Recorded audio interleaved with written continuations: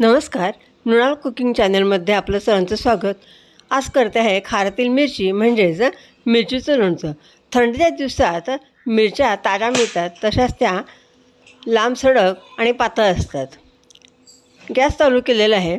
त्याच्यावर छोटी कढी तापत ठेवली आहे आणि त्याच्यामध्ये मी 4 चमचे मोहरीची डाळ आणि 2 चमचे मेथीची डाळ घातली आहे आणि ती मी भाजून घेते आहे, म्हणजे त्यातील कच्चेपणा जाईल आणि पाण्याचा अंश असेल तो निघून जाईल. हलकासा डाळीचा रंग बदललेला आहे, थोडीशी लालसर झालेली आहे. आता ही डाळ मी खाली एका भांड्यामध्ये काढून घेते आहे.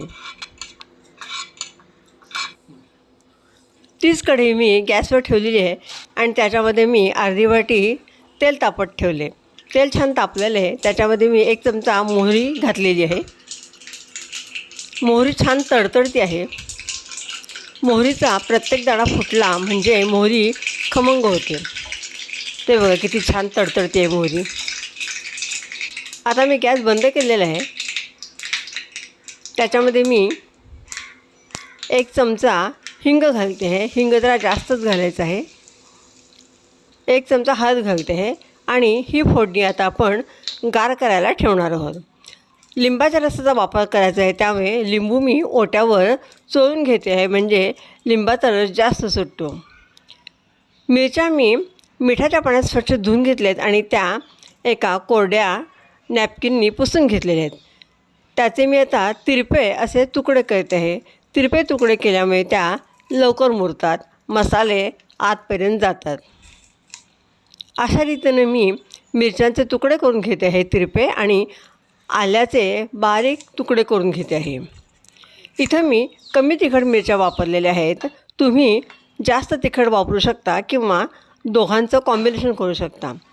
मेथी, मोहरीची डाळ आणि लिंबाचा रस मी मिक्सरमधून काढून घेते आहे. मिरचीचे तुकडे मी एका कुंड्यामध्ये काढून घेतले. त्याच्यामध्ये मी आल्याचे तुकडे पण घालते आहे. हळद घातलेली आहे. हिंग घालते आहे. मोहरी मेथीची डाळ त्याच्यावर मी घालून घेते आहे. लिंबाच्या रसात ती भिजलेली आहे. चवीप्रमाणे मीठ घालते आहे. आणखीन मिरची सगळी ढवळून घेते आहे. आपले सगळे मसाले मिरचीला लागले पाहिजेत. गार केलेली फोडणी आहे ती मी मिरचीवर ओतून घेते आहे. फोडणीचा खमंग वास सुटलेला आहे. मिरची सगळी एकत्र करायची आहे. आता आपल्या मिरचीला छान खार सुटलेला आहे आणि तो खार दळदार असा झालेला आहे. मिरची आपली छान झालेली आहे. ही मिरची तुम्ही एका काचेच्या बरणीत काढून ठेवायची आहे. आणखीन 2-3 दिवसांनी परत बघून त्याला दादरा वगैरे बांधून ठेवायचं आहे. इथं कमी प्रमाणात असल्याकारणानं मी